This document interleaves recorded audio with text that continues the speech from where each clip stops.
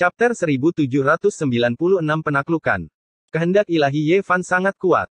Bahkan istana yang dibangun oleh Kaisar Primordial dan rune yang tak terhitung jumlahnya tidak dapat menghentikannya. Dia langsung tahu siapa yang ada di dalamnya. Sudah bertahun-tahun. Bagaimana kabar kalian berdua? Kakak Ye, apakah itu benar-benar Anda? Pintu istana kuno didorong terbuka, dan seorang pria berjalan keluar. Dia tinggi dan agung, dan tubuhnya sekuat naga. Kulitnya berwarna perunggu, dan rambutnya yang panjang terurai. Rambutnya sangat tebal, tapi ada beberapa helai rambut putih yang bercampur. Dewa Iblis. Longma terkejut. Dia telah melihatnya di jalur langit berbintang kuno saat itu. Iblis Selatan. Kaisar Hitam menghela nafas. Dia adalah salah satu orang jenius dari biduk saat itu.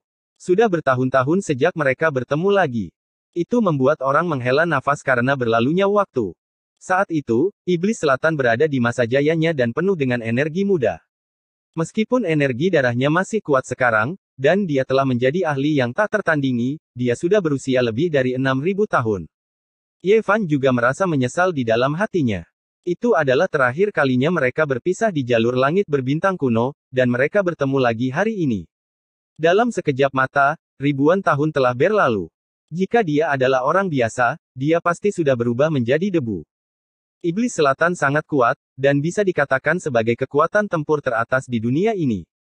Dia juga seorang kultivator yang tidak konvensional. Di belakangnya, ada orang lain. Dia memiliki sosok yang tinggi dan anggun, tapi rambut hitamnya sudah memutih. Meskipun dia menggunakan kekuatan sihirnya untuk mempertahankan penampilan mudanya, jelas bahwa dia telah menderita karena dampak waktu. Itu adalah Qi Huo Shui, putri Qi dari Pegunungan Selatan.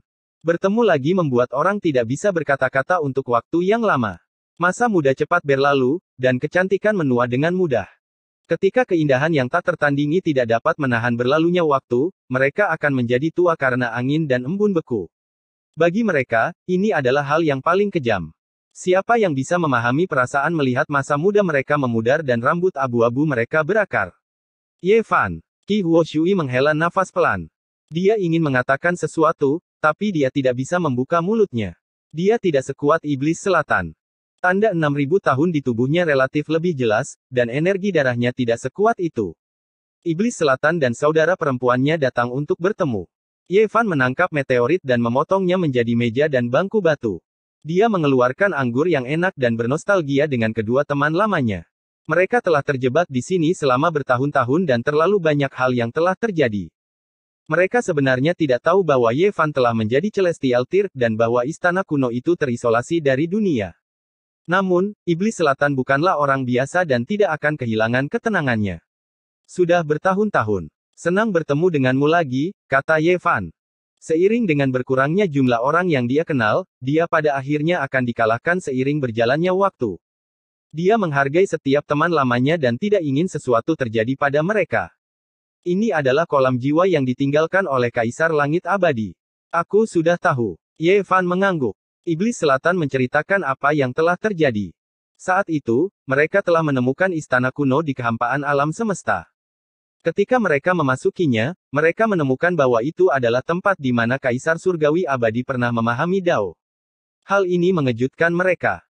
Kakak beradik itu berkultivasi di sana, tetapi mereka tidak pernah menyangka bahwa seiring dengan meningkatnya tingkat kultivasi mereka, aula kuno akan diaktifkan, dan kolam jiwa ilahi akan menghancurkan ruang angkasa dan tiba.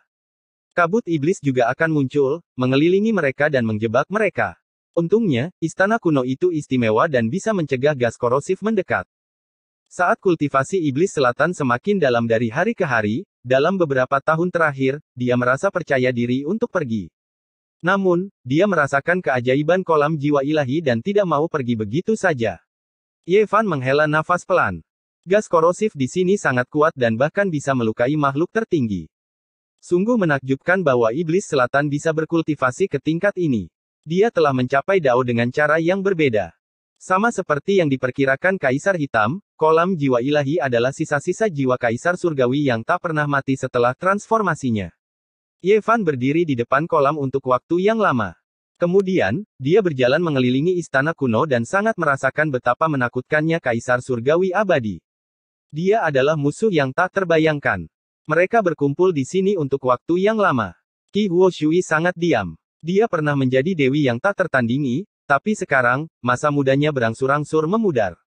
Dia merasa sedih dan sulit untuk berbicara ketika dia melihat seorang teman lama. Hanya ketika tiba waktunya untuk pergi, dia menghela nafas pelan dan berkata, "Kamu tidak banyak berubah." Ye Fan menyaksikan mereka pergi. Ketika mereka akan menghilang ke sungai berbintang, Iblis Selatan berbalik dan berkata, "Kakak Ye, ini mungkin terakhir kali kita bertemu. Jaga dirimu. Selamat tinggal." Dalam perjalanan pulang, Ye Fan sangat diam. Baru setelah sekian lama Kaisar Hitam berkata, "Ayo jalan-jalan lagi." Lagi pula tidak ada yang bisa dilakukan. Ye Fan mengangguk. Mencari metode umur panjang bukanlah sesuatu yang bisa dipahami melalui pengasingan. Sejak zaman kuno, begitu banyak pahlawan yang terjebak. Dia secara alami tidak percaya bahwa dia bisa menembus langit hanya dengan membenamkan dirinya dalam pemahaman Dao. Perjalanan ini berlangsung selama lebih dari setengah tahun. Mereka melewati banyak sistem bintang dan menyebabkan keributan besar. Tur Kaisar Langit menyebabkan semua ras menghormatinya. Banyak ras besar yang keluar untuk menyambutnya dan mengundangnya masuk, tapi semuanya ditolak dengan bijaksana. Sepanjang jalan, mereka melihat banyak hal dan menghela nafas dalam hati. Era kejayaan ini telah mencapai akhir dan benar-benar akan segera berakhir. Zhang Beiren, Taichu, dan yang lainnya telah lama menghilang. Dikabarkan bahwa mereka telah mengurung diri. Mereka ingin meninggalkan harapan dan ambisi mereka untuk masa depan, berharap untuk menentang langit dan kembali. Segera setelah itu, mereka melihat beberapa garis keturunan yang mengejutkan dunia yang sudah menurun di tahun-tahun terakhir mereka. Bahkan ada lebih banyak orang yang juga mulai menua dan menunjukkan tanda-tanda kelelahan. Apakah masa muda kita akhirnya akan berakhir di era yang berkembang ini? Haha, era yang paling gemilang, era yang paling mulia. Apa yang saya lihat? Tidak ada yang lebih dari ini, tidak ada yang tertinggal. Pada akhirnya, kami hanya buru-buru lewat seperti ini. Kita hanya orang yang lewat, tidak lebih.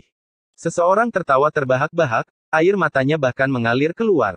Angin musim gugur bertiup kencang, dan daun-daun kuning menjadi layu. Era yang berkembang ini akhirnya akan berakhir. Bintang-bintang bersinar terang. Mereka begitu menyilaukan sehingga orang tidak bisa membuka mata mereka. Begitu banyak orang dengan bakat kekaisaran berjuang untuk mendapatkan supremasi, tetapi pada akhirnya, hanya ada satu kaisar surgawi yang menjulang tinggi di atas 9 langit, menghadap ke banyak jenderal. Bintang-bintang menjadi redup, dan para pahlawan semuanya sedih. Sejak era legenda, ada ramalan bahwa jalan abadi yang sebenarnya akan terbuka di era ini. Dao besar yang agung akan mengarah ke pantai lain, langsung mencapai dunia keabadian. Namun, hal ini juga tidak terjadi, meninggalkan banyak penyesalan bagi manusia. Alam abadi hanya setinggi itu dan jauh. Makhluk-makhluk agung meneteskan air mata darah dan para pahlawan berduka. Semua ini berakhir di era legendaris dunia ini. Darah para ahli yang tak terhitung jumlahnya memercik di langit berbintang dalam perjuangan era yang hebat, sekarat. Saya menggunakan darah saya untuk menulis lagu-lagu perang yang nyaring.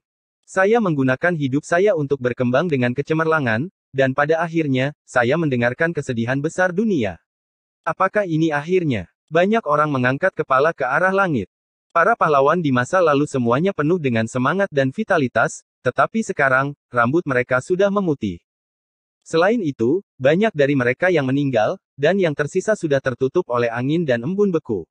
Apakah ini akan berakhir seperti ini? Aku tidak mau. Apa yang bisa dilakukan zaman keemasan? Lagu-lagu panjang menangis, air mata para pahlawan mengalir. Bagaimana mereka bisa melupakan, bagaimana mereka bisa melepaskan? Era yang hebat akan berakhir seperti ini. Para pahlawan di masa jayanya semua berangsur-angsur menjadi tua, tirai mereka akan segera roboh. Setelah mengalami era yang hebat, mereka menyaksikan dunia kemakmuran berkembang seperti kembang api, namun mereka akan layu seperti ini. Ye Fan terus maju, kata-katanya menjadi semakin sedikit. Semakin banyak yang dia lihat, semakin diam dia. Apakah dia akhirnya akan mengakhiri era ini? Lihat, Kaisar Surgawi akan mengirim kita pergi, haha. Seseorang tertawa keras, air matanya mengalir deras. Benar, Kaisar Surgawi akan melepas kita. Dia sebelumnya berkompetisi dengan kita di generasi yang sama, haha. Selamat tinggal pada era ini. Tawa sedih bergema di langit, mengejutkan di kejauhan. Ye Fan dan yang lainnya terus maju, tiba di tanah kuno tempat mereka bertarung sebelumnya. Ini adalah domain bintang yang telah hancur selama zaman kegelapan kekacauan, hamparan yang hancur. Pada saat itu, Ye Fan masih belum menjadi kaisar, bertarung sepenuhnya karena berdarah panas, membawa resolusi kematian yang pasti. Dia melemparkan dirinya ke medan perang seperti ngengat yang terbang ke dalam api. Ketika mereka berbalik, seluruh jalan berlumuran darah. Ada reruntuhan di mana-mana, reruntuhan bintang yang tak terhitung jumlahnya. Darah dari semua jenis makhluk mewarnai tanah kuno ini menjadi merah, tetapi masih belum mengering. Ini adalah bumi bintang yang hancur, orang-orang di masa lalu tidak bisa kembali lagi. Yizi, betapa aku berharap kamu masih hidup sehingga kita bisa minum secangkir bersama. Ye Fan berkata dengan lembut. Dia memikirkan banyak hal. Ada juga Raja Dewa berjubah putih yang seperti ayah, dan pria tua yang sakit-sakitan yang tak tertandingi, Gai Jiuyu. Mereka telah berkorban terlalu banyak. Saat itu, di domain bintang Ziwei, kulit kaisar manusia muncul kembali. Bahkan dalam kematian, dia masih ingin melindungi makhluk-makhluk dari bintang kuno, dan pada akhirnya, setetes darah terakhir mengalir dari matanya sebelum jatuh. Ada juga Kaisar Void, yang menghabiskan seluruh hidupnya untuk memadamkan kekacauan sampai kematiannya. Di era ini, dia masih harus menumpahkan setetes darah terakhirnya, dan pada akhirnya, hanya setengah cermin yang pecah yang menemaninya. Saat mereka berbicara tentang masa lalu, mereka semua menghela nafas. Bahkan Ye Fan sangat sedih dan merasa sulit untuk mengendalikan dirinya sendiri. Tiba-tiba, Kaisar Hitam berhenti, dan Longma juga menoleh. Hanya Ye Fan yang tidak berhenti, terus berjalan di sepanjang medan perang yang berlumuran darah ini. Ada sosok di sana. Itu kamu. Ye Fan mengenalinya. Itu adalah satu-satunya murid Gai Jiuyu, Xia Jiuyu. Di masa lalu, dia adalah seorang gadis jenius. Pada usia 13 atau 14 tahun, dia mampu melawan Raja Peng kecil, Yao Guang, dan Ye Fan, mengejutkan padang pasir timur. Di masa lalu, dia berkemauan keras dan sulit diatur, tetapi pada akhirnya, dia dikalahkan oleh Ye Fan dan diberi pelajaran yang kejam. Bertahun-tahun telah berlalu, dan gadis jenius ini telah banyak berubah. Dia sudah lama tumbuh dewasa, dan pakaiannya seputih salju. Wajahnya penuh dengan kesedihan. Xia Jiuyu sangat cantik dan mengharukan. Dia telah mencapai alam kaisar semu beberapa ribu tahun yang lalu, dan kekuatannya sangat mencengangkan. Namun, masih ada beberapa helai rambut putih di rambutnya yang indah. Kenapa kamu di sini? Melihatnya, Ye Fan tidak bisa tidak memikirkan Gai Wudi. Hatinya dipenuhi dengan kesedihan, dan dia masih ingat adegan tragis dari pria tua yang sakit-sakitan yang menegakkan punggungnya dan berteriak, "Siapa yang berani melawanku?"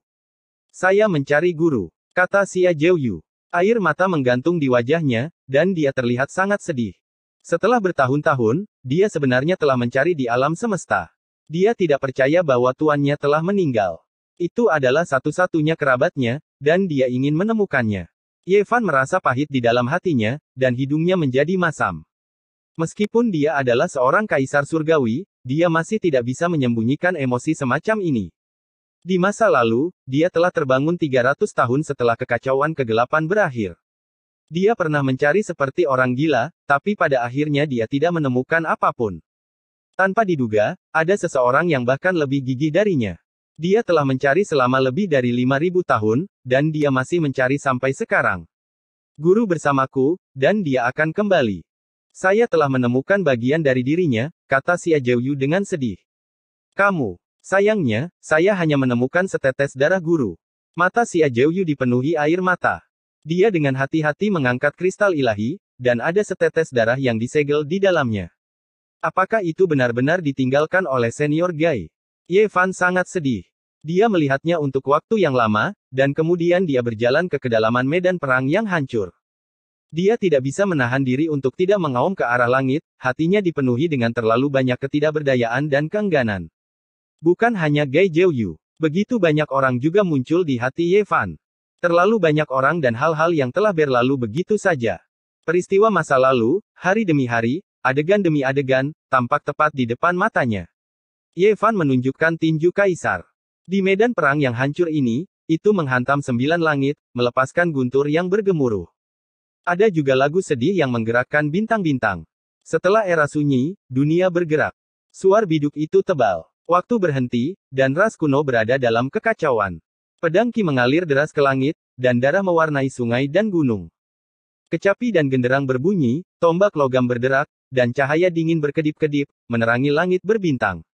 Pantang menyerah dan pantang menyerah, bertanya siapa pahlawan di bawah langit. Awan abadi naik, makhluk tertinggi muncul, dan jalan keabadian diperjuangkan selama puluhan ribu era. Fight, fight, fight. Langit berbintang runtuh, dan semua kehidupan bergetar. Rambut putih yang diwarnai dengan darah, ribuan mayat, kebencian gadis-gadis muda dalam genangan darah, kekacauan dan perang di dunia fana. Darah memercik di langit, dan pedang melesat ke langit. Kekacauan dari 10.000 zaman, ratapan akhir dunia.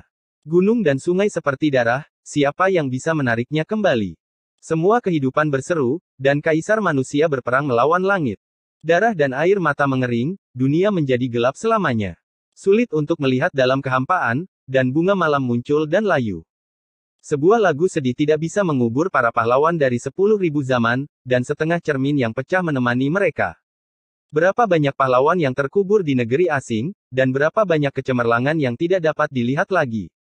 9 naga menarik peti mati, menimbulkan kekacauan di dunia. Rambut putih bersiul dan bernyanyi, dan akhirnya tidak dapat ditemukan di jalan surga.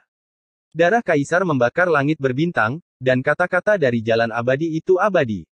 Si cantik menghela nafas, dan sang pahlawan berada di usia senja.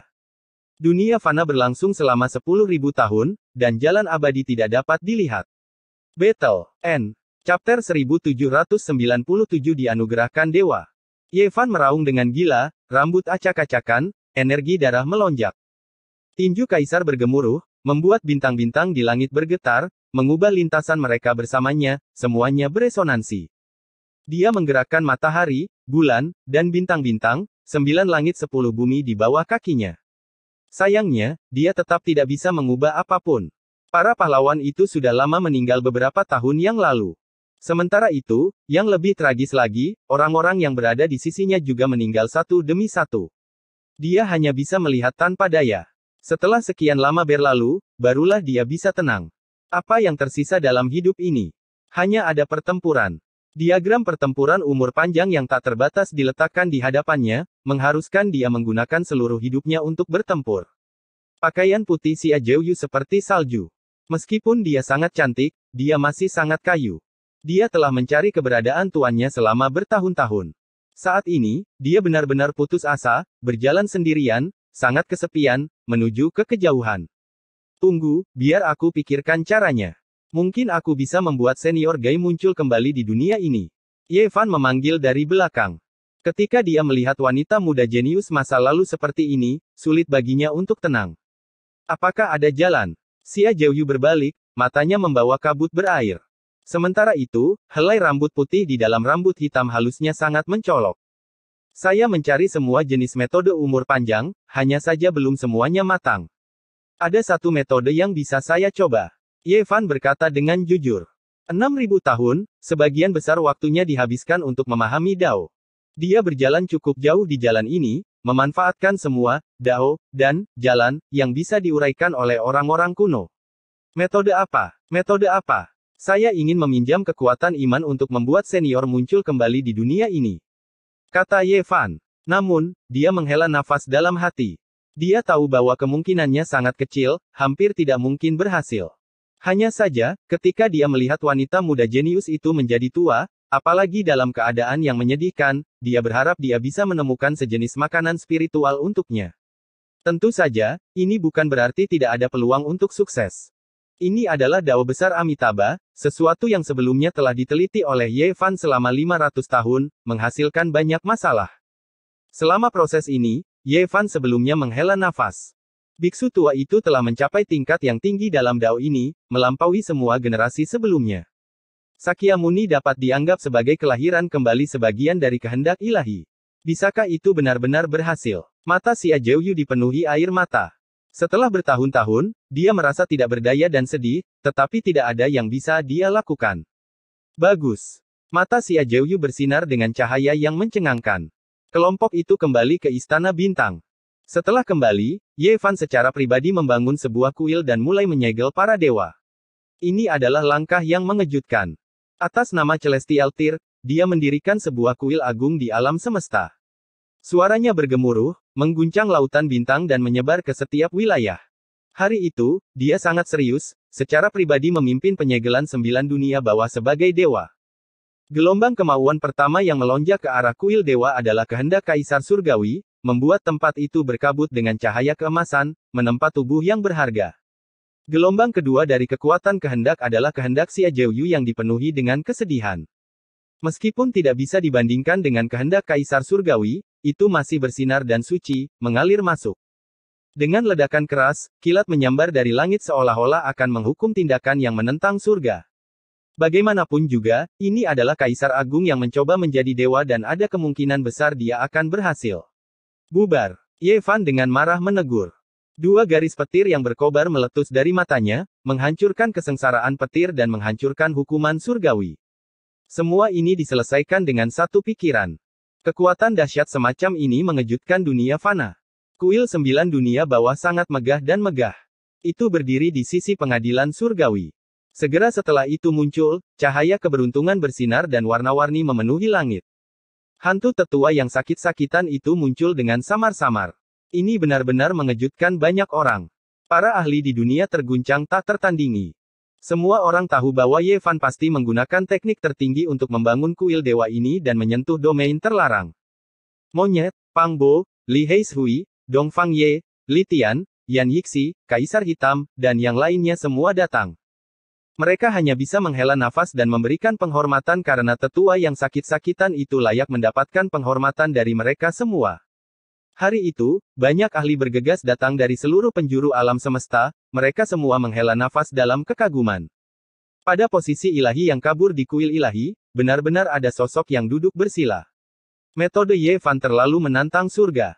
Banyak ahli dari pengadilan surgawi memberikan penghormatan mereka seperti ini, menyebabkan seluruh kuil dewa bersinar dengan cahaya keemasan dan segala macam fenomena aneh dipicu. Karena mereka semua adalah para ahli, kekuatan jiwa mereka secara alami sangat kuat. Apakah itu berguna? Monyet itu bertanya secara pribadi. Saya tidak tahu, mungkin, jawab Ye Fan. Jejak kehidupan para leluhur hidup dalam tubuh keturunannya. Dan keyakinan para ahli yang telah diwariskan oleh orang-orang di dunia hidup di dalam hati orang banyak. Selama mereka terbangun, mereka mungkin bisa kembali dan menciptakan Gai Zhouyu yang lain. Ini adalah alasan mendasar mengapa Ye Fan mencoba metode ini. Xia Zhouyu adalah pendeta agung di kuil ilahi ini. Sejak hari ini dan seterusnya, dia mulai berkhotbah kepada dunia. Dia berharap lebih banyak orang akan mengingat kebaikan tuannya dan kekuatan jiwa mereka melonjak. Tentu saja, hal ini membutuhkan tindakan yang lebih konkret dan praktis.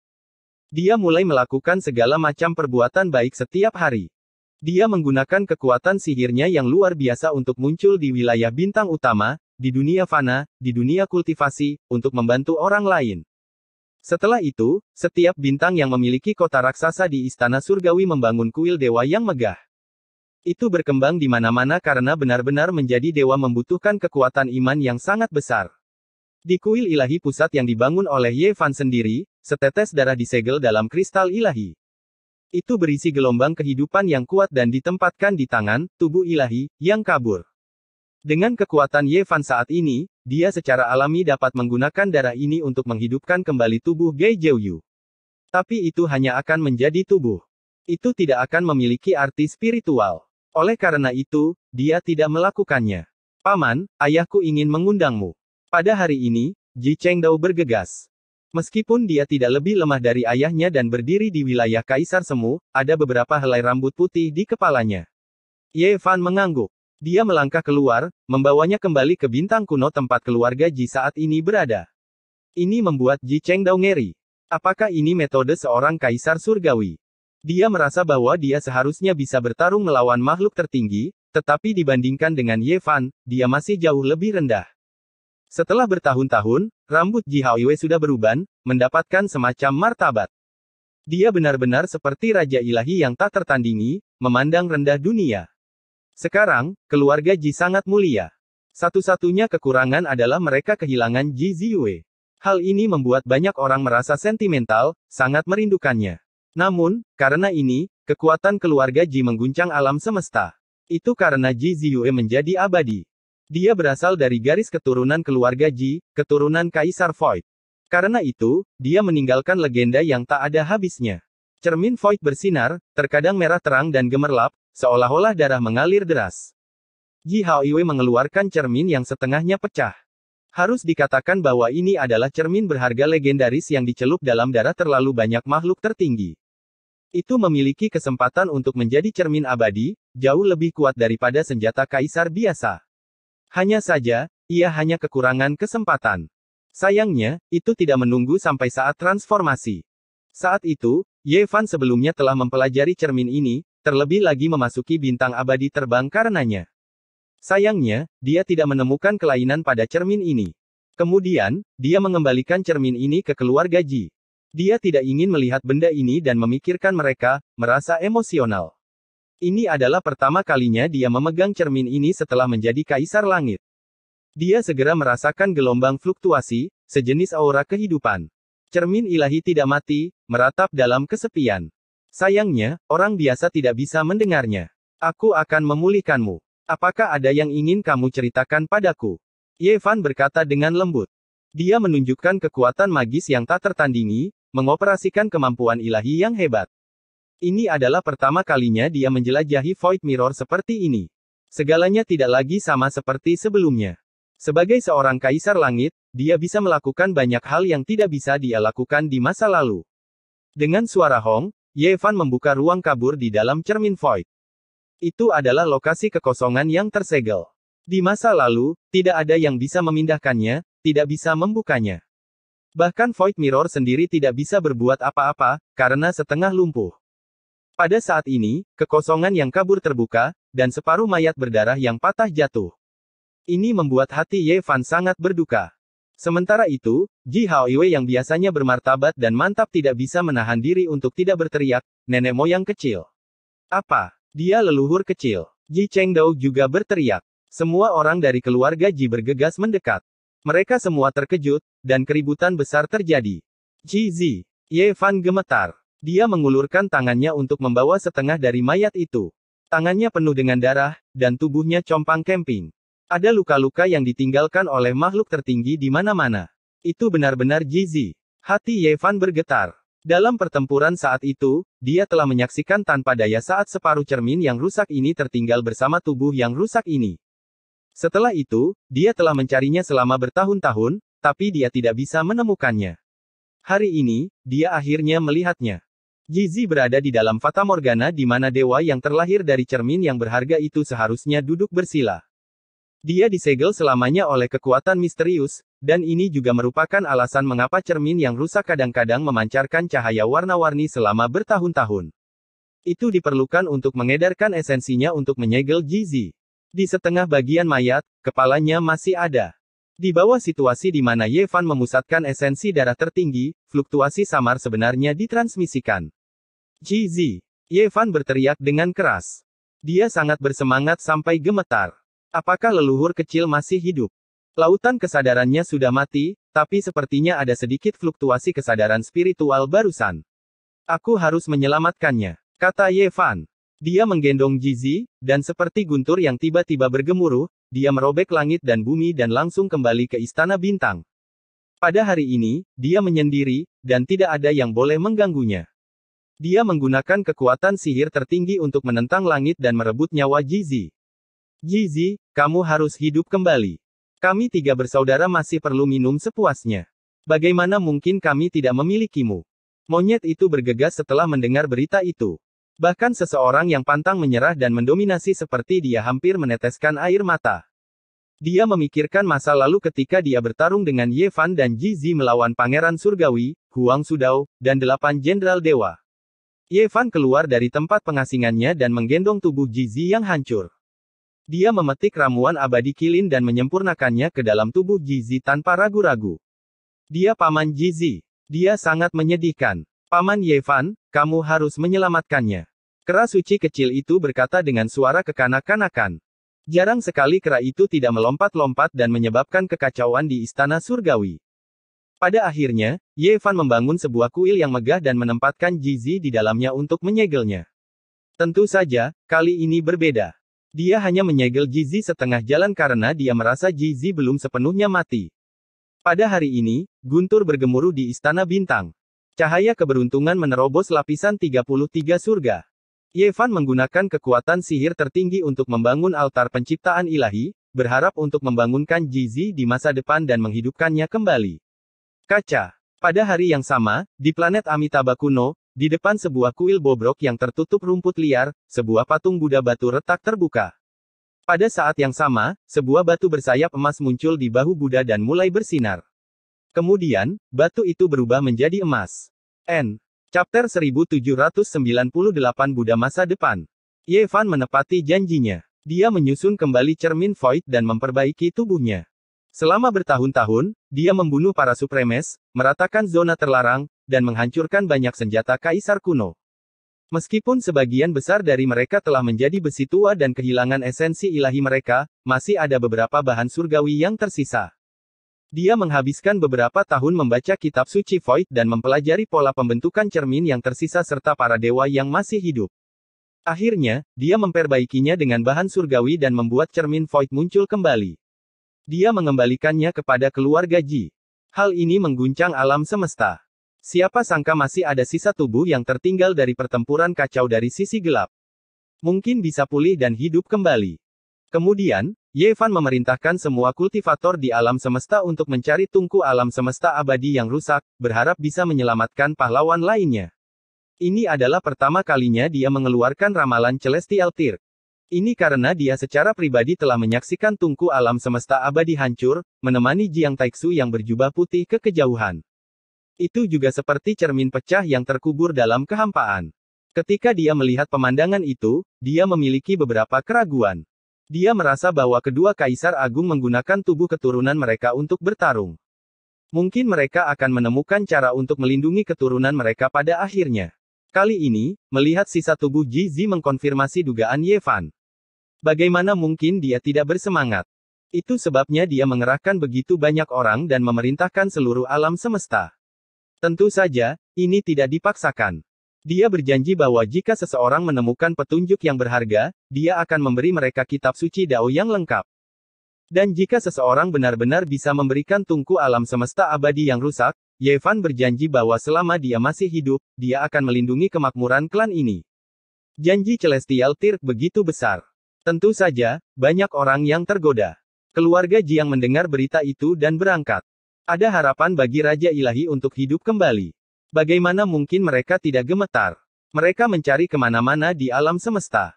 Jiang Yifei, Jiang Kexuan, dan Jiang Tingting memimpin. Mereka menyapu alam semesta, berharap mereka dapat membalikkan dunia ini dan menemukan keberadaan Raja Ilahi. Tidak lama kemudian, seseorang datang ke Istana Bintang dan membawa berita mengejutkan. Mereka mengetahui di mana tungku alam semesta abadi berada. Klan Iblis Banteng Raksasa jelas merupakan klan yang kuat di alam semesta. Meskipun mereka tidak pernah menghasilkan kaisar kuno, tidak ada yang berani meremehkan mereka. Namun, bintang kuno tempat klan ini berada sangat misterius. Ada sebuah gua surgawi, dan mereka yang turun ke sana tidak pernah kembali hidup-hidup. Tungku alam semesta abadi jatuh ke dalam. Kemudian, semua ahli klan bertindak bersama, menutupi dan menyegel gua surgawi. Setelah bertahun-tahun, ketika Ye Fan menjadi kaisar surgawi dan mengeluarkan keputusan kaisar surgawi yang begitu kuat, mereka akhirnya ragu-ragu. Pada akhirnya, setelah beberapa diskusi, leluhur mereka secara pribadi pergi ke istana surgawi untuk memberitahu mereka tentang berita ini. Ketika Celestial Tir berangkat, siapa yang bisa menghentikannya? Ye Fan membawa iblis lembu tua dan turun ke planet kuno ini dalam sekejap. Kemudian, dia tiba di depan gua surgawi dengan satu langkah. Dengan mengangkat tangannya, dia membuka segelnya. Di bawahnya gelap gulita, dalam dan tak terukur. Jadi begitulah adanya. Tidak heran itu bisa menyembunyikan aura seseorang. Ye Fan menghela nafas. Alam semesta tidak terbatas dan penuh dengan rahasia seperti yang diharapkan. Ini adalah zona terlarang kehidupan yang ditinggalkan, dan ada pola formasi peringkat kaisar kuno di dalamnya. Selain itu, ada lebih dari satu. Dia masuk jauh ke dalam dan menemukan tungku yang rusak berlumuran darah. Dia menemukan bahwa ini seharusnya adalah zona terlarang dari era kuno yang kacau. Sayangnya, makhluk tertinggi di dalamnya telah meninggal karena usia tua, berubah menjadi Dao. Selain kaisar besar, siapapun yang datang ke sini pasti akan mati. Mereka tidak akan bisa keluar dari 5 pola formasi peringkat kaisar. Ye Fan dengan gugup membuka tungku alam semesta abadi. Seperti yang diharapkan, dia menemukan setengah tubuh yang rusak di dalamnya. Rambutnya putih seperti salju, dan penampilannya masih muda. Justru Raja Ilahi Jiang yang telah menjalani kehidupan kedua. Raja Ilahi. Ye Fan berseru dengan suara gemetar. Raja Ilahi telah memberinya bantuan besar. Tanpa pihak lain, dia tidak akan berada di tempatnya sekarang. Lagu Raja Ilahi menghela nafas pada dunia. Saat itu, dia menggunakan darah dewa untuk mencuci Dao untuknya, melindunginya saat dia tumbuh dewasa. Selain itu, selama pertemuan Danau Giok, musik kecapi yang dimainkannya mengintimidasi semua ras. Tapi sekarang, hanya ada tubuh yang patah dan berlumuran darah. Itu membuat hati orang-orang bergetar. Kehidupan Raja Ilahi di White penuh dengan pasang surut. Setelah terperangkap selama bertahun-tahun, dia kembali hidup, tetapi kecantikannya mati di depannya. Oleh karena itu, dia pergi ke padang gurun dan menjalani kehidupan kedua sendirian. Tidak ada kebahagiaan, hanya kesedihan. Dia bertarung melawan ras kuno, memadamkan kegelapan, dan berakhir seperti ini. Ye Fan membawa tubuhnya yang berlumuran darah kembali ke Istana Bintang. Raja Ilahi, kembalilah. Dia berseru, penuh emosi. Sejak dia mulai berkultivasi, tekad Ye Fan lebih kuat dari baja. Tapi baru-baru ini, dia sangat tersentuh. Gai Jiuyu, Jizi, dan Raja Ilahi berbaju putih adalah rasa sakit terbesar di hatinya. Sekarang, dia akhirnya melihat secercah harapan. Ketiga kuil megah itu berdiri berdampingan, bersinar siang dan malam. Benang telekinesis pertama secara pribadi dipersembahkan oleh Ye Fan. Dengan makanan dari cahaya Kaisar Surgawi, cahaya warna-warni menerobos langit. Ye Fan memperbaiki tungku alam semesta abadi dan menyerahkannya kepada Jiang Yifei secara pribadi. Setelah itu, dia memberikan kitab suci kepada suku iblis Banteng Hercules dan berjanji untuk melindungi mereka agar makmur. Syaratnya, suku tersebut tidak melakukan kesalahan besar. Ratusan tahun berlalu. Selain 3 altar penyegel dewa, ada juga sebuah kuil kecil dan sebuah gubuk di sampingnya. Kuil kecil itu adalah Hua-Hua. Selama bertahun-tahun, Ye Fan telah mengembangkan kekuatan yang tak tertandingi dari keyakinan Buddha. Hal ini sangat menginspirasinya, jadi dia menyembah dirinya sendiri di atas altar untuk memahaminya. Keyakinan Buddhis tidak menurun, dan keyakinan itu masih berkembang. Dia adalah tokoh terkemuka di antara umat Buddha, dan namanya telah mengguncang dunia. Dia bisa mendapatkan kekuatan iman dalam jumlah besar. Selain dia, gubuk itu juga bersinar dengan kemegahan dari waktu ke waktu. Ada sebuah altar di sana, dan Kaisar Hitam duduk bersila di atasnya. Dia juga terlihat berwibawa. Kaisar Hitam benar-benar sudah sangat tua. Bulunya yang seperti satin telah berubah menjadi putih keabu-abuan. Yang paling penting, dia tidak lagi sekuat banteng. Tubuhnya telah menyusut menjadi seukuran anjing biasa. Dia juga mulai mempelajari metode umur panjang. Sayangnya, dia tidak mendapatkan banyak hal. Jika kekuatan iman dapat dijarah, dia akan melompat jauh-jauh hari untuk merebutnya. Ayu. Tiba-tiba, pada hari ini, Hua-Hua berteriak keras. Darah mengalir keluar dari ruang di antara alisnya, dan dia jatuh dari altar dewa. Seluruh tubuhnya bersinar dengan cahaya Buddha. Hal ini membuat Kaisar Hitam terkejut, dan juga membuat pasukan Istana Langit terguncang. Hua-Hua sekarang adalah Kaisar Semu, dan kekuatannya sangat besar. Bagaimana mungkin peristiwa tak terduga seperti ini bisa terjadi? Ye Fan, Monyet, dan yang lainnya semua terkejut. Mereka segera bergegas. Ini di depan gerbang Surgawi Selatan, jadi siapa yang berani berkomplot melawan Hua-Hua? Hua-Hua sepertinya telah berubah menjadi Dao. Seluruh tubuhnya diselimuti cahaya, menerangi segala arah. Dia sangat luar biasa. Hanya saja, darah terus mengalir keluar dari ruang di antara kedua alisnya. Dia berdiri di depan gerbang surga selatan, dan dengan tebasan tangan kanannya, kekosongan itu terkoyak. Dia kemudian dengan paksa menarik keluar, dan seluruh bintang Amitabha kuno mulai bergetar, bergemuruh dengan suara bising. Kaisar Langit. Kaisar Surgawi marah. Semua makhluk di bintang Amitabha kuno gemetar, merasakan kekuatan Kaisar Agung.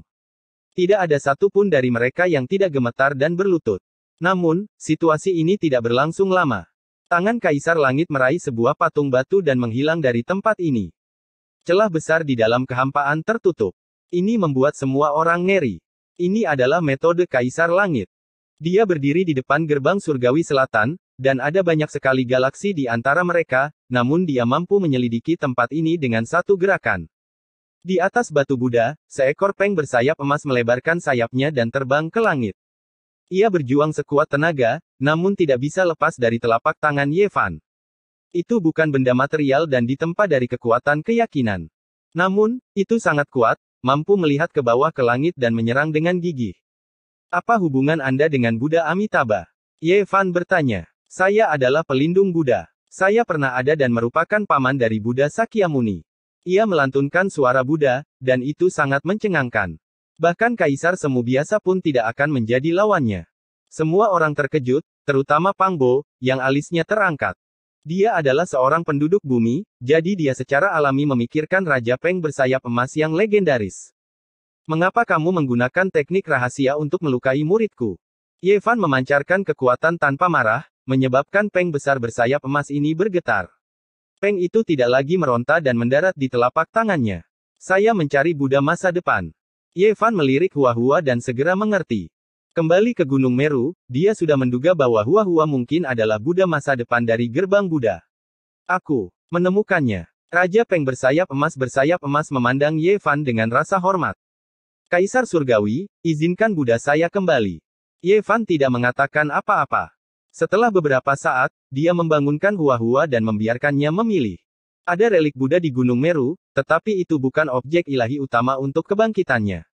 Ada buah daun nirwana lain yang ada di bintang Amitabha kuno. Buah itu telah mati selama ratusan ribu tahun, menunggu kehidupan baru.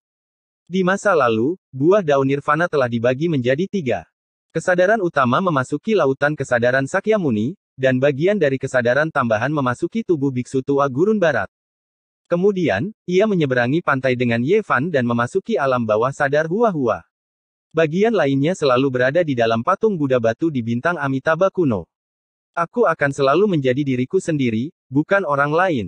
Hua-Hua berteriak setelah bangun. Dia memilih jalan yang sama dengan Sakyamuni, tidak menjadi Buddha Amitabha dan hanya menjadi dirinya sendiri. Baiklah, jalan itu ada di bawah kakimu sendiri. Ini adalah pilihanmu sendiri. Peng bersayap emas mulai menyala, berubah menjadi api keyakinan yang melelehkan patung Buddha. Bintik-bintik cahaya terbang dari lava dan memasuki tubuh Hua-Hua. Namun, pada saat itu, hati Hua-Hua kembali bergetar. Sang Buddha berbelas kasih dan tidak memaksanya. Dia tidak bisa mengeraskan hatinya dan memilih untuk menyatu dengannya. Amitabha Buddha, hanya hari ini saya tahu bahwa saya adalah saya. Ketika hujan cahaya menghilang, penampilan Hua-Hua yang berharga terlihat khusyuk saat dia mengucapkan nama Buddha. Semua orang terkejut. Mungkinkah Buddha Amitabha benar-benar telah hidup kembali? Metode gerbang Buddha terlalu menakutkan. Guru. Hua-Hua membungkuk ke arah Ye Fan. Apakah kamu masih Hua-Hua? Kaisar Hitam bertanya. Buddha Amitabha telah lama meninggal dalam meditasi. Tentu saja, saya Hua-Hua. Hanya saja ada beberapa kitab suci dan wawasan dalam lautan kesadaran saya. Hua-Hua menjawab dengan jujur. Dia tidak tahan dan ingin menerima kesadaran spiritual yang tersisa. Pada akhirnya, dialah yang mendapatkannya. Apakah karma baik telah terbayar? Karma gerbang Buddha digunakan untuk diri sendiri. Kaisar Hitam bergumam. Kemudian, dia tanpa basa-basi menamparkan dengan cakarnya, menghantam kepala botak Hua-Hua. Suara kongkiang terdengar dan percikan api beterbangan ke segala arah. Peng besar bersayap emas tidak menghilang. Itu berubah menjadi alu penakluk iblis. Ini adalah senjata yang ditempa dari kekuatan iman, dan mendarat di tangan Hua-Hua. Di masa depan, kamu dan King Yang akan melindungi ketiga kuil ini. Kata Ye Fan. Tidak ada orang yang lebih cocok dari mereka. Keuntungan Hua-Hua di jalan iman seharusnya besar, dan Tuan Surgawi Zhang King yang juga mahir dalam dao ini. Hua-Hua segera mengerutkan kening. Ini benar-benar mengejutkan. Boom! Suara kesengsaraan datang dari Istana Surgawi dengan momentum yang luar biasa. Pang Bo mengungkapkan ekspresi gembira dan berkata, Wencang akhirnya mengambil langkah itu. Semua orang menunjukkan ekspresi aneh. Zhang Wencang jelas merupakan orang aneh di pengadilan surgawi. Dengan teman dan kerabat seperti Ye Fan dan Pang Bo, kontrasnya terlalu besar. Kemajuan kultivasinya sangat lambat. Selama ribuan tahun, dia terus-menerus dilampaui oleh generasi muda dari generasi ke generasi. Namun, dia selalu berkembang, maju dengan teratur, dan akhirnya, dia perlahan-lahan menyusul. Setiap kali, dia hanya akan menerobos ketika masa hidupnya habis dan memasuki alam yang lebih tinggi untuk memperpanjang hidupnya. Hal ini selalu membuat jantung orang-orang berdegup kencang. Kali ini, kejadiannya seperti ini lagi. Dia tampak seperti akan mati karena usia tua. 6.500 tahun, dia akhirnya menerobos dari alam Raja Suci ke alam yang lebih tinggi. Belum lagi di istana surgawi, bahkan di seluruh zaman kuno, tidak banyak orang yang berani melakukan ini. Orang lain melakukannya ketika mereka masih muda dan kuat. Hanya dia yang menerobos ketika dia sudah sangat tua sehingga semua giginya hampir rontok. Hal ini membuat orang-orang sangat khawatir, takut dia akan mati sebelum waktunya. Namun, penilaian Ye Fan terhadapnya sangat tinggi. Dia berkata bahwa Zhang Wenchang tidak memiliki umur yang pendek, dan umurnya tidak akan lebih pendek dari seorang ahli yang tak tertandingi. Wenchang menerobos lagi. Menurut tradisi, dia harus kembali ke tanah airnya untuk melihatnya. Ye, apakah kamu masih tidak akan kembali? Pang Bo bertanya. Aku akan kembali, kata Ye Fan. Oke, kali ini kita akan kembali bersama. Pang Bo sangat senang. Chapter 1799 Bumi. Sebuah bintang berwarna biru air berada tepat di depan mereka. Bintang itu sangat indah dan berkilau seperti berlian biru yang menghiasi langit berbintang. Beberapa kendaraan luar angkasa muncul dari waktu ke waktu. Mereka seperti sinar cahaya yang melesat di langit. Sungguh sangat indah. Ye Fan berdiri di luar angkasa dan menatap ke bawah dengan tenang. Matahari dan bulan seperti pesawat ulang-alik dan waktu seperti anak panah. 6.000 tahun telah berlalu. Melihat ke belakang, apa yang telah dia dapatkan dan apa yang telah dia hilangkan. Dia telah memikirkan tentang medan perang langit berbintang yang jauh selama ini. Waktu seperti apa yang telah terjadi. Baik Zhang Wenchang dan Pang Bo telah kembali lebih dari sekali. Zhang Wenchang harus kembali setelah kesengsaraannya. Dalam kata-katanya, itu adalah kehidupan baru, jadi dia harus kembali untuk melihatnya. Pang Bo, di sisi lain, membawa keturunannya untuk merasakan adat istiadat kampung halamannya. Itu adalah perjalanan penting dalam hidupnya. Adapun Ye Fan, dia memiliki banyak keraguan di masa lalu. Musuh-musuhnya terlalu kuat, jadi dia takut akan menyulut api perang di sini. Dia selalu menahan dorongan dan perasaannya untuk kembali. Di kemudian hari, dia tak tertandingi di langit dan bumi dan seharusnya tidak memiliki keraguan seperti itu. Namun, kelembamannya selalu mencegahnya untuk bergerak dan kembali sampai hari ini. Aku akan turun lebih dulu. Kalian luangkan waktu kalian untuk menonton, kata Long Ma. Petir itu menyambar dan menyambar ke arah bintang di bawahnya. Ye Fan dan yang lainnya juga turun. Dengan kilatan cahaya, mereka muncul di puncak gunung. Energi spiritual sangat padat di sini. Manusia berkembang dan lingkungan bumi saat ini telah meningkat pesat. Itu sekarang cocok untuk budidaya. Tentu saja, ini juga terkait dengan energi esensi yang mulai bocor dari 99 gunung naga. Ini adalah alasan mendasarnya. Aku akan pergi dulu. Setelah kembali ke bumi, Zhang Wenchang sangat pendiam. Dia tidak banyak bicara dan pergi sendirian. Ketika dia memasuki langit berbintang saat itu, istrinya sedang hamil dan tidak bisa tinggal di sisinya. Ini adalah penyesalan hidupnya. Belakangan, dia mengetahui bahwa istrinya telah bertemu dengan seorang pria yang baik. Sehubungan dengan hal ini, dia hanya bisa menangis dengan keras di sisi lain langit berbintang dan kemudian diam-diam melihat dan memberkatinya. Ada banyak formasi kuno di bumi. Setelah 6.000 tahun, orang-orang sudah tahu bahwa tanah ini jauh lebih besar dari yang mereka bayangkan. Mereka sudah bisa menggunakan metode ilmiah untuk mengungkap beberapa gunung dan sungai yang tertutup debu dalam sejarah. Sekarang, peradaban di sini sudah berkembang. Tidak hanya ada teknologi yang gemilang, tetapi juga ada kultivator di dunia fana. Ini sudah lama diterima oleh masyarakat. Ketika Ye Fan dan Pang Bo tiba di Pulau Surgawi Ponlai, seorang pria tua dengan rambut putih dan kulit awet muda terbang dan memberi hormat. Dia adalah mantan murid terdaftar Ye Fan, Zhan Yifan. Lebih dari 6.000 tahun telah berlalu, dan dia telah menjadi orang bijak agung selama bertahun-tahun. Namun, pada akhirnya, dia tidak mampu menahan perjalanan waktu, dan dia sudah sangat tua. Sebagai perbandingan, Ye Fan masih muda dan penuh semangat. Dia tampak seperti berusia 20-an, dan waktu tidak meninggalkan jejak di tubuhnya. Tempat ini menjadi basis pengadilan surgawi di bumi. Pulau itu sangat besar, seperti sebuah benua. Namun, itu tidak muncul di dunia fana, jadi sulit bagi orang luar untuk menemukannya. Banyak murid yang mengungkapkan tatapan aneh ketika mereka melihat, karena dia terlalu muda, jauh lebih lembut daripada pendiri mereka, Zhan Yifan. Kontras semacam ini terlalu besar, terlalu aneh. Mengapa kalian tidak datang? Ini adalah pendiri kalian yang sebenarnya. Kata Zhan Yifan. Ponlai terguncang. Murid yang tak terhitung jumlahnya bergegas mendekat, jumlahnya mencapai puluhan ribu. Sekarang, pengadilan surgawi telah menjadi warisan terkuat di bumi. Itu tak tertandingi. Mereka sudah lama tahu bahwa pendirinya telah menjadi kaisar di alam semesta dan dikenal sebagai kaisar langit, tak terkalahkan di 9 langit dan 10 bumi. Namun, mereka tidak pernah melihat atau mendengar tentang kembalinya sang pendiri. Hari ini, kedatangan Ye Fan yang tiba-tiba menyebabkan gempa bumi yang hebat. Para murid yang sedang berlatih di luar juga bergegas datang pada saat pertama, sangat bersemangat. Guru. Saat berikutnya, Yu Weiyu dan Yan Xiaoyu, pasangan abadi di Ponlai, terbangun dari tingkat pengasingan yang dalam dan keluar untuk memberi penghormatan. Mereka dan Zhan Yifan adalah murid terdaftar Ye Fan. Kemampuan mereka luar biasa, dan mereka telah mengunjungi markas besar pengadilan surgawi di kedalaman langit berbintang beberapa kali. Sayang sekali, adik murid junior, Dewi Phoenix telah meninggal dunia. Yu Weiyu menghela nafas pelan. Manusia akan menjadi tua, sakit, dan mati, tidak terkecuali para kultivator. Bahkan beberapa dari mereka mungkin mengikuti jejaknya setelah 1000 tahun. Itu sulit untuk dibalik. Adik perempuan Suye, dia juga. Yan Xiaoyu berkata dengan lembut.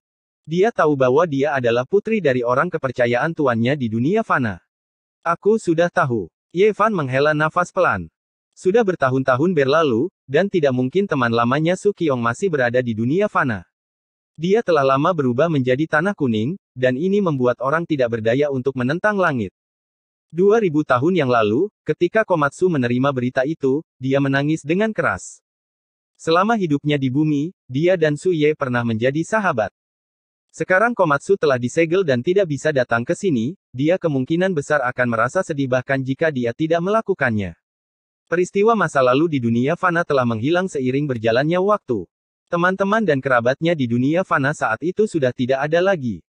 Ye Fan hanya bisa menghela nafas panjang. Pang Bo menepuk pundaknya dan tidak mengatakan apa-apa. Dia telah kembali beberapa kali untuk mencari orang tua dan keturunan kakak laki-lakinya. Dia juga sangat sedih. Tuan, lewat sini, kata Zhan Yifan. Mereka berjalan ke sebuah pemakaman di belakang Pulau Ponlai. Ada sebuah makam kuno di sini. Makam itu sudah ada sejak lama, tapi baru dirawat dari waktu ke waktu. Bunga dan tanaman di sekitarnya harum, dan pohon maple bersalju ada di mana-mana. Ini adalah makam orang tuanya. Itu telah dipindahkan ke sini oleh Zhan Yifan dan yang lainnya. Itu karena ribuan tahun telah berlalu, dan Laut Biru telah berubah menjadi ladang murbei. Dunia luar berubah setiap hari, dan perubahannya terlalu besar. Aku ingin menyendiri untuk sementara waktu. Ye Fan berkata kepada semua orang. Dia sudah lama mendengar bahwa makam orang tuanya ada di sini. Meskipun tingkat kultivasinya tinggi, dia masih merasa sedih dan matanya menjadi kabur. Kerumunan orang mundur dan tidak mengganggunya lagi. Ye Fan duduk sendirian di depan makam. Tidak ada yang bisa mendengar apa yang dia bisikkan. Mereka hanya melihat ke arah punggungnya dan merasa sangat kesepian.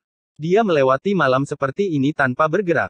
Baru pada siang hari dia bangun dan berjalan ke makam yang lain. Melihat dua kata, Su Ye, yang terukir di atasnya, dia tidak bisa menahan diri untuk tidak menyentuhnya dengan lembut. Dia berdiri di sana untuk waktu yang lama.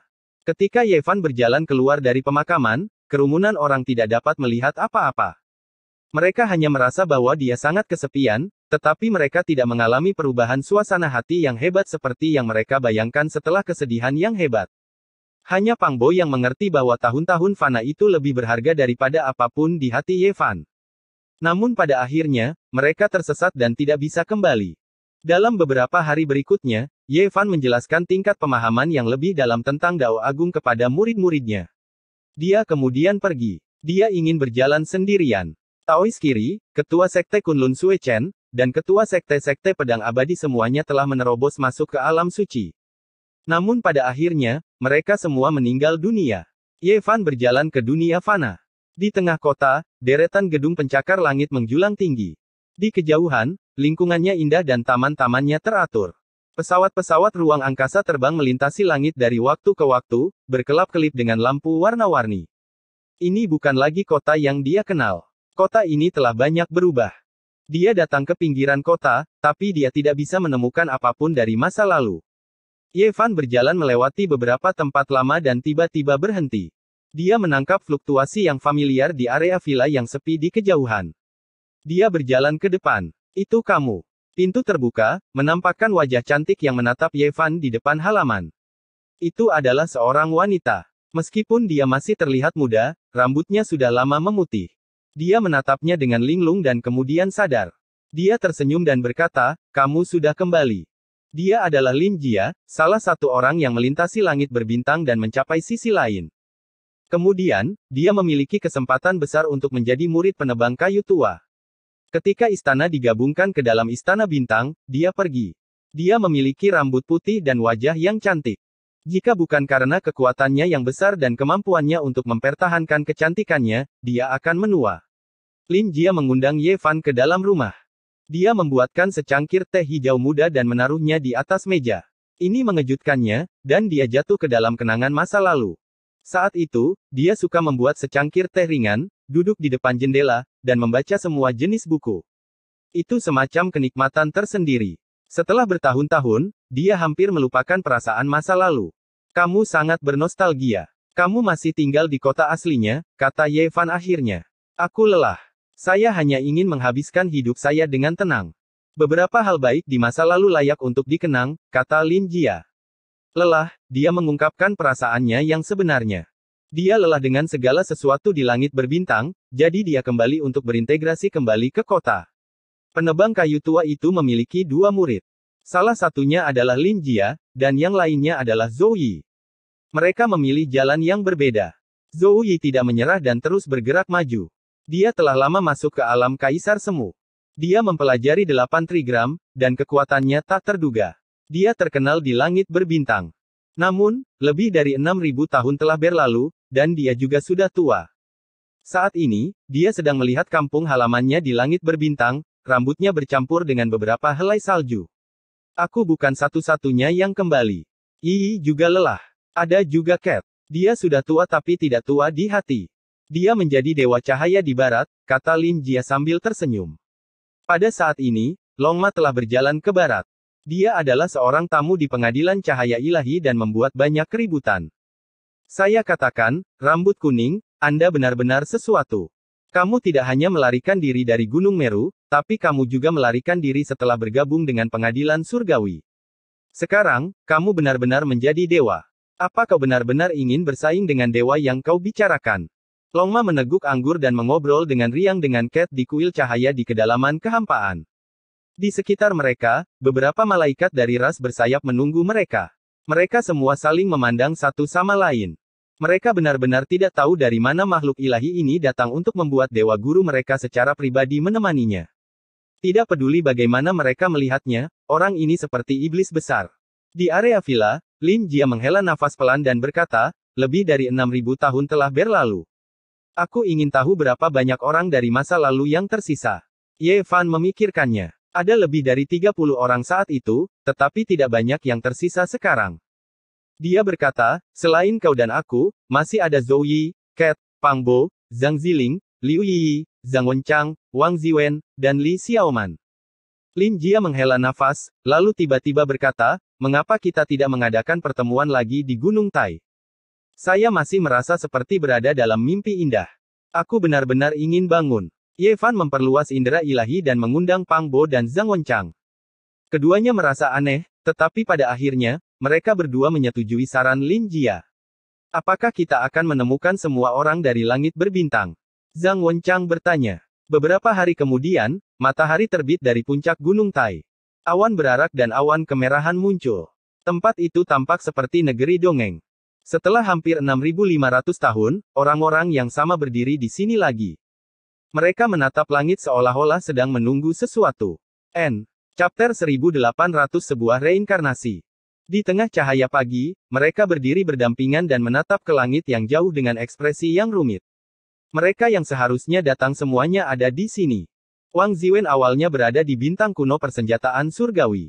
Dia sama dengan Liu Yi, yang bersembunyi di bumi.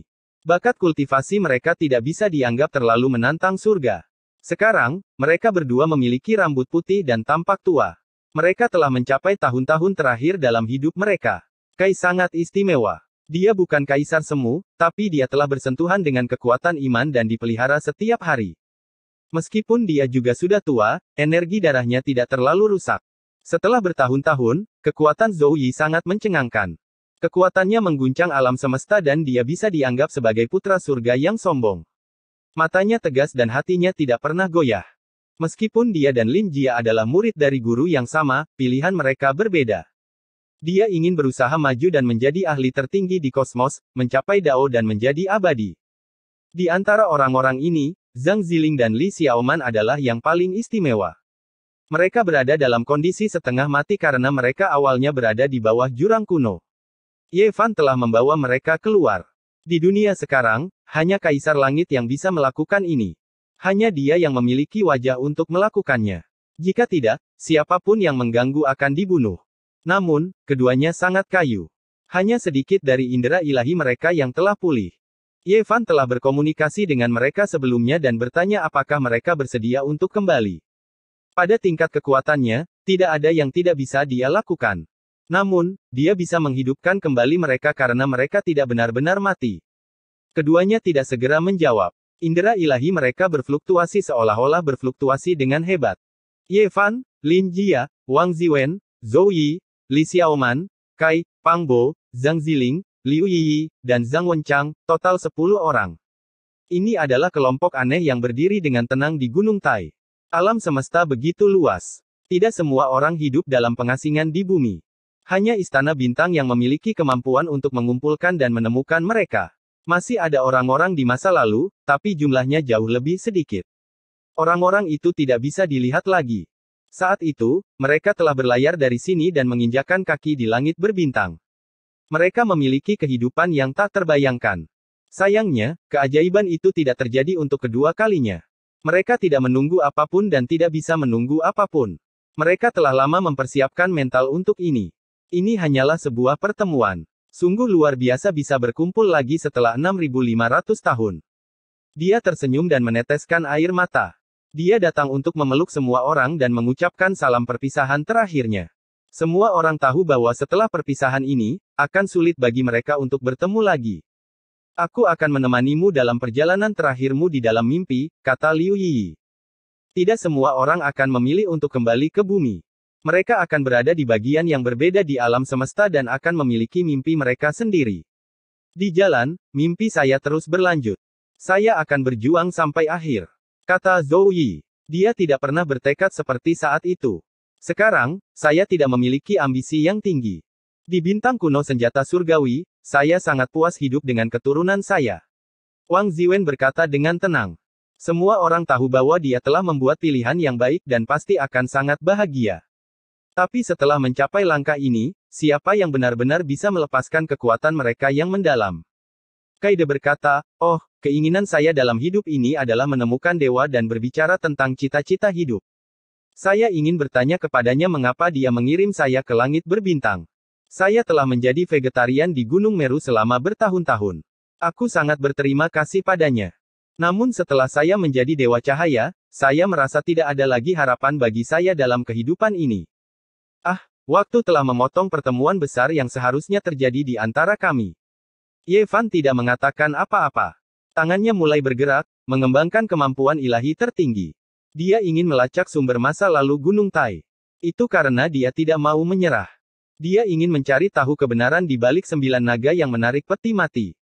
Tidak ada yang lebih besar dari gunung, dan sejarah lebih besar darinya. Ini adalah Gunung Tai. Ini adalah evaluasi yang paling benar dari orang-orang kuno. Gunung ini sangat misterius dan dianggap sebagai tempat di mana segala sesuatu dilahirkan. Tangan Ye Fan berubah menjadi warna keemasan yang samar. Guntur bergemuruh seolah-olah hantu dan dewa yang tak terhitung jumlahnya berada di dekatnya. Mereka mengoyak kehampaan dan membantunya menjelajahi masa lalu dan masa kini. Ekspresi Pang Bo berubah. Dia tahu bahwa Ye Fan telah menggunakan semua kekuatannya dan menggunakan metode terlarang. Hari ini, dia sudah menjadi Kaisar Langit. Tidak diketahui sudah berapa tahun sejak dia mengambil tindakan dengan kekuatan penuh. Ini benar-benar menakjubkan. Boom! Dunia seakan-akan terbalik. Kemudian, orang-orang kuno yang tak terhitung jumlahnya muncul di Gunung Tai. Mereka membangun altar dan mempersembahkan korban ke langit. Mereka sangat ilahi. Ye Fan menggunakan metode terlarang untuk melintasi masa lalu dan masa kini, melacak sumbernya. Dia berharap untuk mendapatkan penjelasan yang jelas. Orang bijak dalam sejarah muncul satu demi satu. Mereka semua berdiri di Gunung Tai. Banyak orang naik ke langit, memasuki gerbang bintang, dan melangkah ke kosmos. 72 kaisar kuno secara alami bukanlah kaisar yang hebat. Itu hanya sebuah gelar. Ye Fan melihatnya. Boom. Suara itu menjadi lebih mencengangkan. Pada akhirnya, itu ditelusuri kembali ke era yang sangat kuno. Tiba-tiba terhalang oleh sebuah sosok, sulit untuk dilihat. Itu adalah seorang kaisar yang agung. Sosok itu sangat tidak jelas dan tidak bisa dilihat dengan jelas. Namun, itu terhalang di sana, sulit untuk dilewati.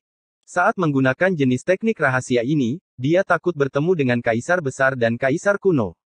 Mereka terlalu kuat, mampu menghapus semua jejak masa lalu. Tidak ada cara untuk terus menelusuri kembali. Ye Fan mengerutkan kening. Jenis teknik rahasia dari Veda ini sudah tidak berguna. Ruang di antara alisnya bersinar. Dia menggunakan teknik rahasia terlarang dari kitab suci Kaisar Langit yang dia ciptakan. Petir bergemuruh dan kilat berkobar-kobar. Hong. Pada akhirnya, dia menembus orang itu. Kemampuan ilahi Kaisar Surgawi tidak ada bandingannya. Dia terus menelusuri kembali ke sumber Gunung Tai, berharap untuk melihat semua yang telah terjadi di masa lalu. Dia menelusuri kembali dari era sunyi ke era kuno, tapi pada akhirnya, dia terhalang lagi. Terlebih lagi, itu adalah beberapa tokoh. Pada akhirnya, dia berhasil melewatinya dengan susah payah. Selama proses ini, dia melihat 9 naga menarik peti mati kembali ke Gunung Tai beberapa kali sebelum berangkat lagi. Namun, setiap kali, itu sangat sulit bagi Ye Fan. Itu juga merupakan kesulitan yang menghalangi penjelajahannya. Namun, peti mati perunggu tidak membawa siapapun pergi selama masa itu. Pada akhirnya, dia mencapai era legendaris. Kali ini, halangannya bahkan lebih besar. Darah mengalir keluar dari sudut mulut Ye Fan. Pang Bo dan Zhang Wenchang diliputi keterkejutan. Mereka tahu bahwa Ye Fan menentang langit. Dia menggunakan jenis teknik rahasia yang seharusnya tidak ada di dunia ini, melukai dirinya sendiri. Tidak ada yang bisa terus-menerus melakukan perjalanan melalui sungai waktu. Namun, Ye Fan melawan arus.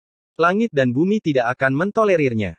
Tidak masalah jika orang lain menelusuri kembali periode waktu, tapi dia kembali ke era legendaris. Yang mulia Kaisar, apakah itu dia? Kali ini, ketika gambar kosong muncul, semua orang melihat kuali di atas kepalanya. Itu persis sama dengan kuali tembaga hijau. Melawan arus, sungai waktu sepertinya telah runtuh. Ye Fan menelusuri kembali ke akhir era legendaris, tetapi dia masih tidak bisa melihat apa-apa. Selain itu, saat ini, sebuah penghalang muncul. Sulit untuk menyeberang. Dia tidak bisa melawan arus waktu lagi. Ada batas kekuatan seseorang. Meskipun Ye Fan adalah kaisar surgawi dengan kekuatan yang tak tertandingi, dia masih tidak bisa sepenuhnya melewati waktu. Namun, dia tidak berkecil hati dan terus bekerja keras. Hancurkan aku. Ye Fan berteriak. Dia terus-menerus batuk darah dan tubuhnya hampir pingsan. Pada akhirnya, dengan suara honglong, dia benar-benar menerobos penghalang itu dan memasuki era lain. Waktu kuno yang kacau. Kemudian, dia melihat seseorang berdiri di puncak Gunung Tai. Dia adalah satu-satunya yang ada di langit di atas dan bumi di bawah. Auranya tak terlukiskan. Gunung Tai pada waktu itu tidak seperti ini. Itu terlalu megah. Matahari, bulan, dan bintang-bintang tidak ada apa-apanya jika dibandingkan. Gunung itu melayang di alam semesta dan tidak berada di atas bintang manapun. Kemudian, dia melihat orang itu menghancurkan Gunung Tai. Bagian yang paling megah melayang tinggi ke langit dan bergemuruh. Itu dia. Mata Ye Fan berbinar. Seberkas cahaya keemasan melesat keluar dari matanya. Itu sebenarnya adalah langit. Bagian utama yang terputus adalah 9 urat naga yang sangat besar yang terhubung ke sebuah pulau berbentuk peti mati. Gunung Tai hari ini telah ditinggalkan dan apa yang tersisa darinya. Gunung terbesar adalah itu, dan yang terbesar adalah itu. Setelah itu, Ye Fan melihat orang itu mengubur dirinya sendiri di dalam peti mati perunggu. 9 naga menarik peti mati itu dan melayang ke pulau pemakaman. Kemudian, dia meninggalkan surga dan memasuki kosmos. Itu adalah seseorang dari zaman kuno yang kacau. Ye Fan menarik teknik rahasianya. Suara gemuruh keluar dari tubuhnya saat lukanya sembuh. Darah berhenti mengalir dari sudut mulutnya. Setelah bertahun-tahun, dia benar-benar terluka. Ini bisa dianggap sebagai sebuah keajaiban. Jika berita ini menyebar ke wilayah pusat kosmos, pasti akan menimbulkan keributan besar. Mungkinkah itu kaisar surgawi yang sebenarnya? Pang Bo mengerutkan kening. Semakin dia mengerti, semakin kacau keadaan pikirannya. Nama Di Zun juga dipinjam dari kaisar langit. Apakah ini reinkarnasi? 9 naga yang menarik peti mati dimulai di Gunung Tai dan akan kembali ke Gunung Tai. Kami berlayar dari sini. Ye Fan bergumam pada dirinya sendiri. Apakah Kaisar Langit yang bereinkarnasi? Zhou Yi tiba-tiba bertanya. Tidak ada orang yang bereinkarnasi. Hanya ada hal-hal lama yang bereinkarnasi. Ye Fan berkata dengan tenang, menelusuri kembali ke sumbernya, semuanya untuk mencari yang abadi. Semua perubahan di dunia kultivasi sejak zaman kuno disebabkan oleh makhluk abadi. Beberapa hari kemudian, Zhang Ziling diselamatkan oleh Ye Fan. Rasa spiritualnya pulih. Dia sangat bersemangat dan emosional. Dia mengikuti Zhang Wenchang ke Istana Bintang. Li Xiaoman memilih untuk melangkah ke dalam jurang era sunyi kuno dan tidak menoleh ke belakang. Melihat ke belakang, 6.500 tahun telah berlalu. Masa lalu tersebar bersama angin. Mereka bertemu di Gunung Tai dan berpisah. Beberapa orang akan tinggal selamanya. Masalah dunia fana telah berakhir. Ye Fan melangkah maju. Dia tidak akan terpengaruh oleh masalah-masalah bumi dalam kehidupan ini. Dia tidak segera pergi. Pang Bo dan Long Ma sampai ke inti Kunlun, tanah keabadian. Formasi itu padat dan mencuri kekayaan langit dan bumi. Namun, hal itu tidak dapat menghentikan Kaisar Langit, Ye Fan. Mereka tiba dan melihat puncak kepala naga. Mata air suci berdeguk dan aroma obat menyerang hidung mereka. Tempat ini adalah keajaiban. Pang Bo berseru. Dia melihat banyak raja obat, sama seperti Taman Raja Obat. Pada kenyataannya, jumlah raja obat telah berkurang secara signifikan. Mereka semua telah berubah menjadi esensi dan diumpankan kembali ke bumi. Jika tidak, tidak akan ada tempat yang cocok untuk budidaya. Jika suatu hari Istana Bintang berada dalam masalah, tempat ini mungkin menjadi tempat yang menyelamatkan nyawa, kata Ye Fan dengan lembut. Dia mulai mencari dan mempelajari tempat ini secara detail. Seperti yang diharapkan, itu adalah pengaturan yang mulia Kaisar dan Kaisar Asal.